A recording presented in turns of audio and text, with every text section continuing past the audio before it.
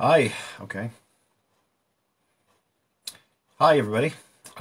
It's Monday. It's 1 o'clock. It's Pesach is over. I hope you all had a wonderful Chag, which ended for us in Israel on Motzei Shabbat, and for the rest of you on last night. In any case, we're back to business, and it's actually more appropriate that we should discuss that we should be discussing Pirkei Avot for the simple reason that there is a very old tradition from the time of, at least of the time of the Gaonim, in other words, from the, you want to late ancient, early medieval period, that one reads or learns a chapter of the Tractate Avot during the 6-week bridge between Pesach and Shavuot. It's a practice which transcends communities. It was responsible for the fact that this tractate, which actually has only 5 chapters, received a 6th sort of ersatz chapter afterwards, in order to be able to build this bridge. And then what happened was the practice developed that, again, this is done on Saturday afternoon, Shabbat afternoon, because the days start getting longer, and that you continue studying Pirkei Avot through the summer. What's really striking is a difference of fundamentally different attitude towards the tractate, and towards the wisdom within, between Ashkenazim and Sephardim, between Mizrahi and Ashkenazi Jews. Up until the late Middle Ages, the general attitude among Sephardim and Mizrahi commentators was that Tractate Avot is a very profound. Well, it is very profound, but it's really for the intellectuals. It's really for the people who are more advanced, who can delve into its inner workings and inner messages.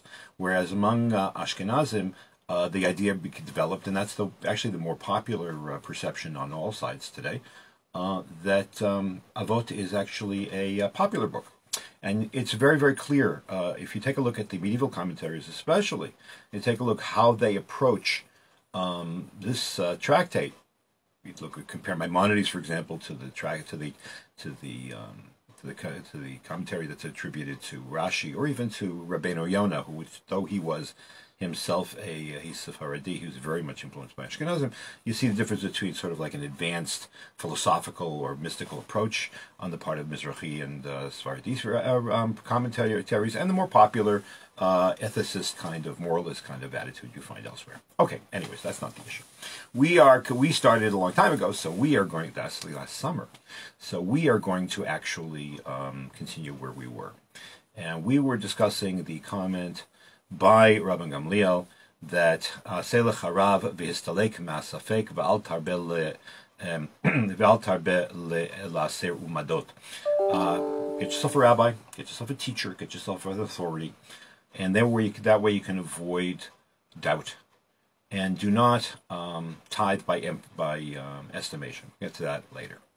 And we've been talking in the run-up leading to Pesach. We've been talking about the question of doubt and religious doubt, and what do you do with doubt, and how can one deal with doubt, and especially in our present time, which is skepticism incorporated. So what I would like to start discussing, and we will continue at Mitzvah next week, is really to look head on the question of, are you allowed to speculate as to whether the truths of the Torah are really true, and are there limits to that? What do our sages say about that? And when I say sages, I don't just mean the rabbis and the Talmud. I mean scholars, subsequent scholars. What do you do with doubt? Does a doubt, by definition, destroy faith? In other words, if I have a doubt and I keep going, is that bad? Is that good? What should I do with my doubts? Should I reach any decisions from questions, or should I learn to live with questions? All of these are very serious. Many people have told me that I can't accept X, Y, and Z because I doubt this and I doubt that and I doubt the other thing. And it doesn't make any sense. How many times have you heard about anything Jewish? Oh, it makes no sense to me. Okay, well, what does that mean?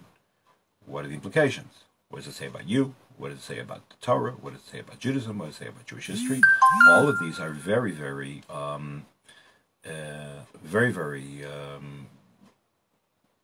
weighty and very repercussive questions, because we all face them. It's interesting, in a long essay, which I will actually I'll put the link up both on my Facebook page as well as on the Tel Aviv International Synagogue site. Already something on the order of 40 years ago or 50 years ago, the late Dr. Norman Lamb published a long essay, which later became the name of a book, called Faith and Doubt. And he laid, and in that article, he laid out a pathway to addressing doubt. I'm going to discuss the essay, I think, in greater depth next week, but I strongly recommend you to read it, because even if you don't like his answers, he frames the question in a way which I think is the healthiest and most constructive approach to the issue that I've yet encountered. Okay, so let's start. First question is Vistalek ma'asafek, run away from doubt. Now, clearly, when that phrase was meant to come after the first part of the Mishnah, in other words, find yourself a rabbi and avoid doubt. In other words, if you don't know what the answer to a halachic question is, find a rav. You'll get an answer. And that way you can rely on somebody else. And we talked about the fact that in our generation, in our world where expertise is considered to be a bad thing, there's a book by a guy whose name I cannot remember right now, and I'm not going to go run in the other room to get it, called The Death of Expertise, in which, we all think, oh, experts don't know anything. I can find out on Google all kinds of stuff, and therefore I don't need experts. So who needs rabbis? Rabbi Google, Professor Google, Dr. Google, and so on. But what you find on the internet is information. You don't find the critical tools to be able to parse the information, decide what's right and what's wrong. In any event, so that's clearly the simplest explanation of the Mishnah. Get yourself a rav. If you have a shaila, ask them a question, and then you'll be finished. But on a deeper level, it would appear that doubt is something which one should avoid. Istalek masafek, run away from a doubt. Lisalek safek would be also to throw it away. So is doubt a bad thing? Is it a good thing? When it comes to belief, for example, what would we say? What is superior? A person who has sort of pristine, simple, unquestioning belief in God and in Torah and in right and in wrong, or would it be better for a person to open themselves out to question, expose themselves, take the risk, and see where that leads you? Because ultimately, the possibility would be that the person who has simple, pristine faith can't deal with questions, unless they can really be totally compartmentalized. But generally, they don't know how to deal with it, because because doubt has a habit of gnawing away and eating away at one's resolve and at one's convictions. And there's, what do you say? What's the word that we use in English? Gnawing doubt. Gnawing doubt. What does gnawing doubt mean? Gnawing doubt means it eats away at your ability to function. So maybe it would be better to open oneself up to examining one's belief out of the conviction and out of the hope that will come out stronger, because if you confront doubt straight on or head on, you'll be in a position to be able to better address questions that come your way. And in our society, questions like that come up all the time. People are fairly aggressive, especially about religious belief, especially if those religious beliefs don't jibe with the current value system, or the current senses of truth or lack of truth. Now, as it happens, this this question is very much a matter of dispute already among the rabbis and already among the medievals. It's hinted at in a midrash. As I'm going, I realize that I'm going way beyond my notes, and this is going to take longer than 1 week or 2 weeks. Okay, please bear with me. There is a famous difference of opinion between rabbis in the Talmud, in the midrash, regarding two exchanges that are recorded in the Torah between Moses and God. But they're very repercussive in terms of broader issues. So, what am I referring to? In the third chapter in the third chapter in Exodus, the Torah says that Moses saw there was a bush that was burning, but it wasn't consumed. So he was amazed by that, and he wanted to check it out. So he went up and he saw that there was a bush burning, and it was not consumed. So at that point, God says, Moses, Moses. He says, who I am, I'm the God of your fathers. And Moses then hid his face because he was afraid to look at God, or afraid to look at this manifestation of God. Ki arei mi habit elai Elokim. All right. So there is a interesting and intriguing difference of opinion among the rabbis as to whether Moses behaved properly. Did he respond properly, or did he not respond properly? According to one opinion, Moses did the right thing. He saw that God was revealing himself to him. He realized his inadequacies and his limitations. And as a result, he hid his face. And in return for that, God rewarded Moses. That when Moses wanted to, when he received, or he came to get the second set of tablets after the episode of the golden calf, and he asked to have have a more intimate awareness of who God is and what God is, God allowed him a distant view of a series of insights into who God is and how he runs the world, as a reward for that, knowing in full awareness of the fact that only what would be revealed to him is only as much as he was able to see. That's one opinion. The other opinion says, or maintains, that Moses did not act properly. Moses had an opportunity to have an unmediated and unrestricted access to God's presence and to God in his full plenitude as much as possible, I assume. And he hit his face, and he blew it. Here he had an opportunity, and he absolutely blew it because he didn't think. He said, "I'm a nobody. I'm Gornish. Who am I?" And it was a really terrible thing that he did.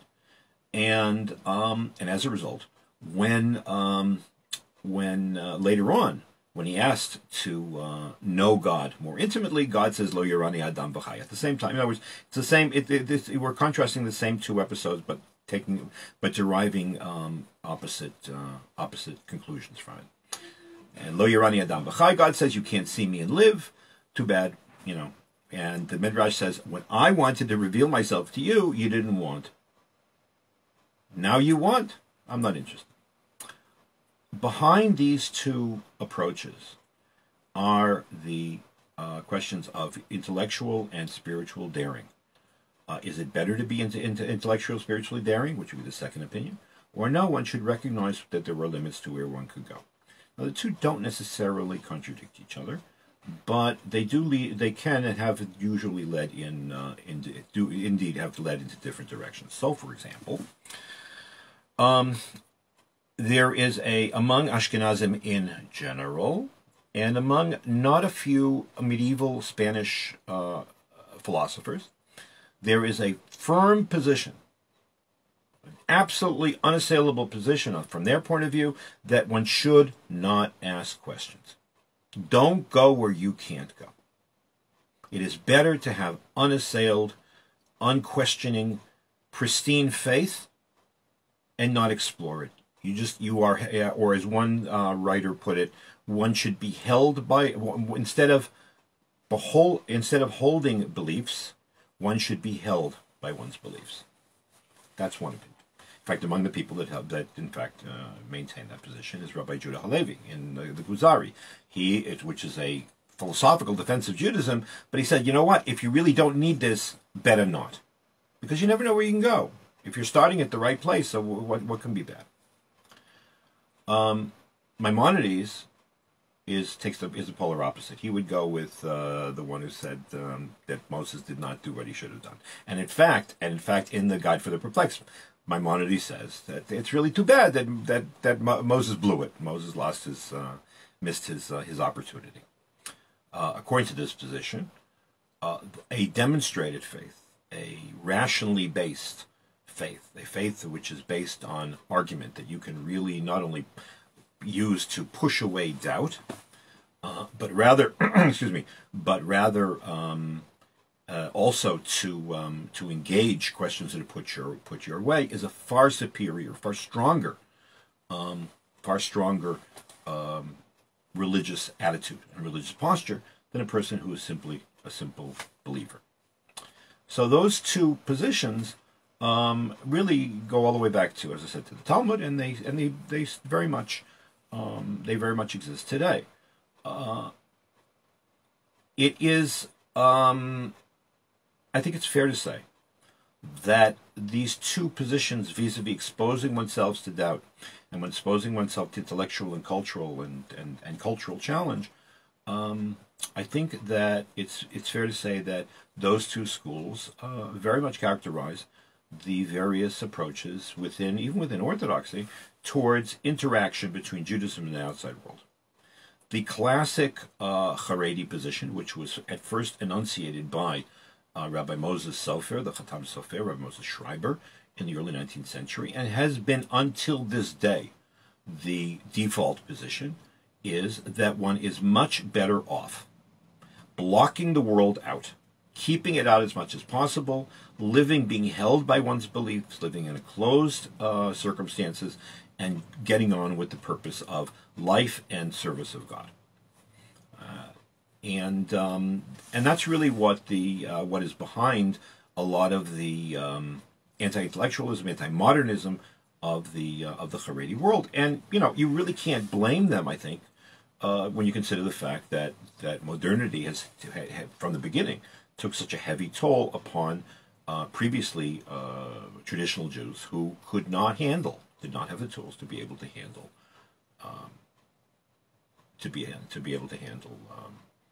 the questions and the skepticism and more of the modern world. My argument is, and I was glad to see that Dallas and Joseph was watching for at least, I don't know if she's still here, but she was earlier, because she's very much involved in this, and I applaud her activities.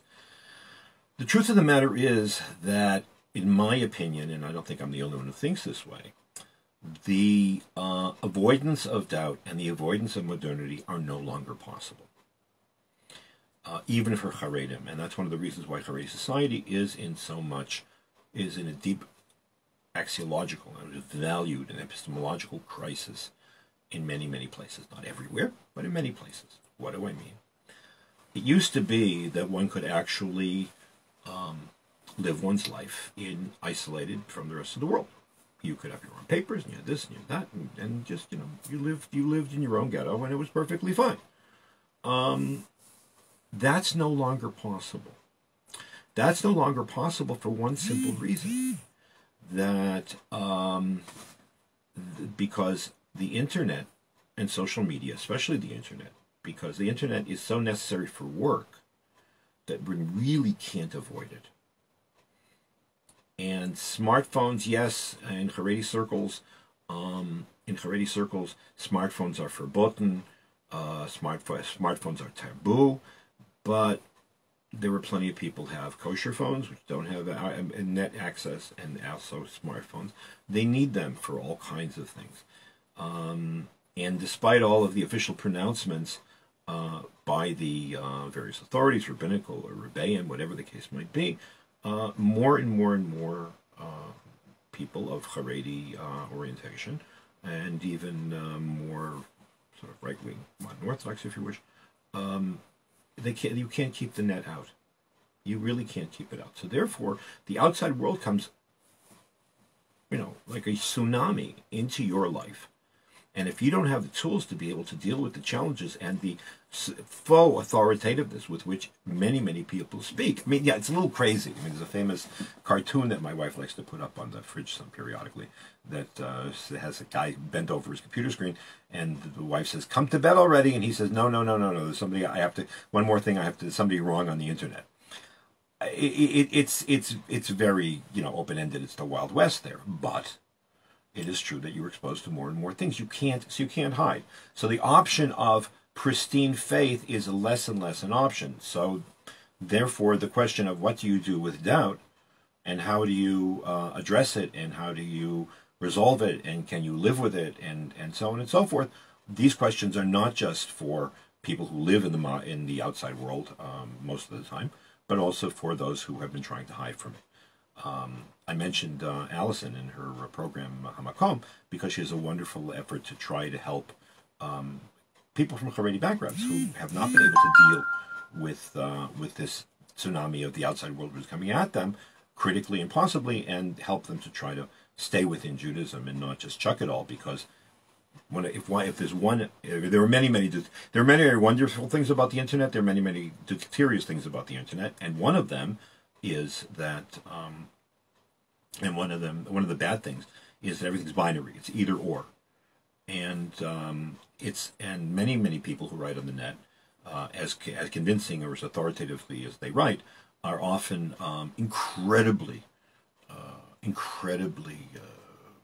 superficial and incredibly silly.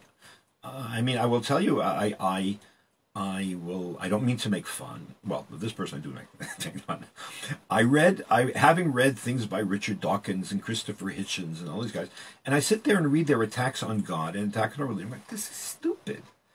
I mean, they ask simple questions, and simplistic questions, and they give even more simplistic answers, and you get nothing. I mean, it's really incredible. They're supposed to be intelligent people. Don't you have any sophistication of thought at all?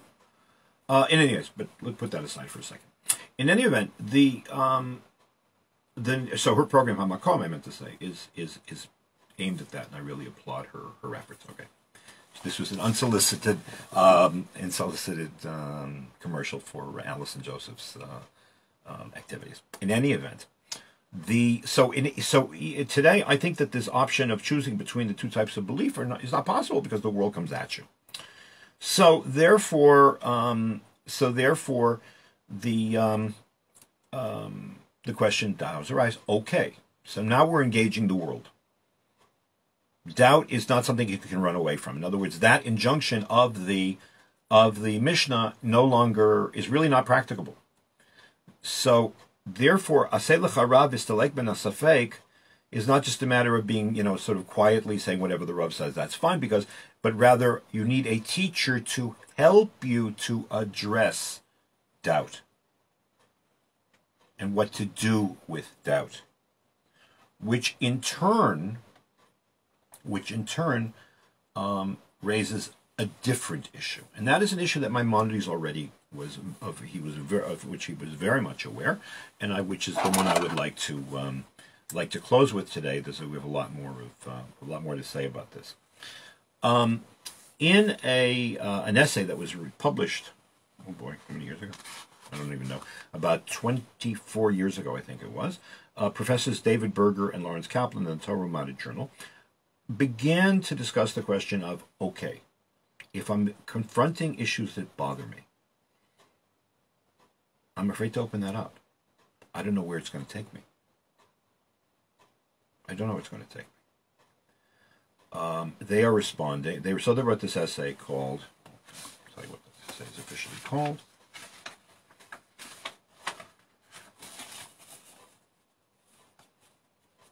It's online at YU Torah, by the way, for anybody who wants. Oh, it's called On Freedom of Inquiry and the Rambam Answered. So they're responding to a Rosh Hashiva who had said you should never think anything which is not 100% from, and which if you do so, then you're out and goodbye. And they said that they don't think that that's Maimonides' position. and that there's another way to go about this, that it's not asking questions per se is not a bad thing. Having doubts per se is not a bad thing, and that's the line that's basically the line that Rabbi Lam Zatzal also posits in his in the essay that I promised I would link to. He writes, so the two of them write as follows. This is on page 38 of the essay. Our quest for a clear understanding of the scope of this prohibition. There is a prohibition to entertain heretical ideas. Okay? So in other words, what we're talking about is there are ideas that are outside of the realm of Judaism. For example, you're not allowed to believe that, a Jew is not allowed to believe that God is three, or that he can become a human being. God wouldn't become a human being. In fact, the definition of false worship, of foreign worship, of Avodah Zarah, is in fact, and this is Professor David Berger's definition, which I think is wonderful, is to attribute divinity or to worship as God someone or something which is not in fact God, which includes as a subcategory idols. But you can have Avodah Zarah without without idols, as long as if you worship a human being, then that's Avodah Zarah. In other words, Christianity's problem is not the Trinity per se; it's attributing divinity to a human being whose name was Joshua Josephson, Joshua Bar Joseph. In any case, so they write as follows. Our quest for a clearer understanding of the scope of this prohibition can be facilitated by examining the Rambam's narrow formulation in Sefer Mitzvot. This is Sefer Mitzvot negative 47. We have been commanded not to exercise freedom of thought to the point of holding views opposed to those expressed in the Torah. Rather, we must limit our thought by setting up a boundary where it must stop. And that boundary is the commandments and injunctions of the Torah. Okay? So what does he mean? So they explain. Here the Rambam defines the biblical prohibition in terms of accepting heretical doctrine rather than entertaining thoughts about with the potential of leading to such doctrine. It is no doubt true that if a person feels that the pursuit of a particular argument is seriously threatening his or her belief in what is clearly a cardinal principle of Judaism, there exists an obligation to take the intellectual equivalent of a cold shower, and the ruling in the Mishnah Torah underscores the obligation. In other words, what one is obligated to do is to say, I recognize that some thoughts are wrong. I will accept that in advance. That's part of my Kabbalat al Malchut Shamayim. However, I'm allowed to explore different ideas and keep an open mind. The minute I see I'm going off of the wrong thing, I have to defer. In other words, the doubt is a legitimate religious category, but it's trumped, and this is a word I can come back and use now, it's trumped effectively by belief. In other words, belief, conviction is higher. One's a priori convictions are higher are more important. And the collective belief system of the world in which I live, to that I must defer, but I'm allowed to explore, I'm encouraged, according to Maimonides, to explore the parameters of Jewish belief, the nuances of Jewish belief, which may not be agreed upon by everybody, and I'm expected to have the intellectual humility, which is not something which is very common. It's like common sense, it's not very common. So intellectual humility, intellectual arrogance, on the contrary, is the original sin of our generation, of our society. To have the intellectual humility to say, I'll live with it. I wonder. I don't think I can know everything. I certainly will not deduce, or I will not conclude half-baked conclusions from a question or a lack of clarity on any one issue. So istalek ma'asafek. So that kind of doubt should not be the type of doubt that will gnaw at you and will eat away at you because it's something you're working on out of faith that it's resolvable. And if it's not resolvable, if one recognizes that in fact,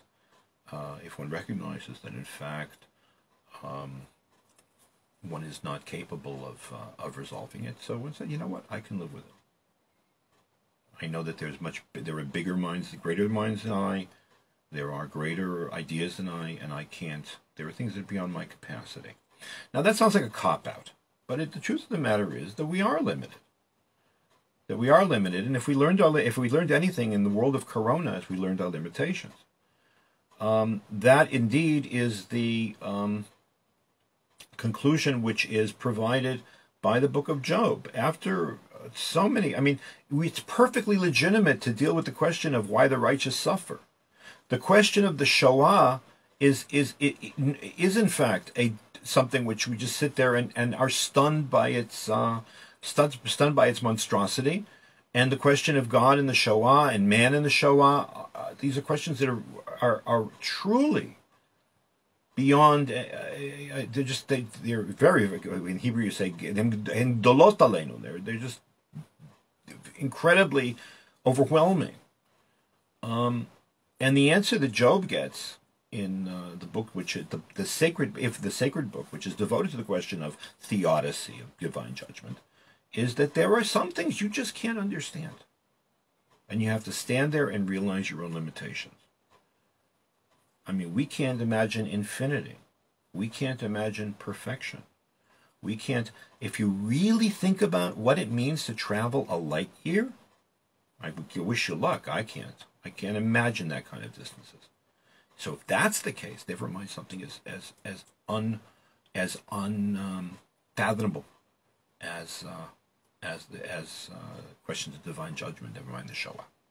So that it's a very interesting balance. Histalek ma'asafek would then mean that try to avoid doubt, but you can't get away from it, and you have to learn to live with it. Now that has a lot of implications. In a world, in our society, where we want instant gratification, and we want to know the answer now, or we want it yesterday, and it should be actually accessible and understandable immediately, that's a very unsatisfying answer. However, it might be the most realistic one. It is certainly true that intellectual humility, if you wish,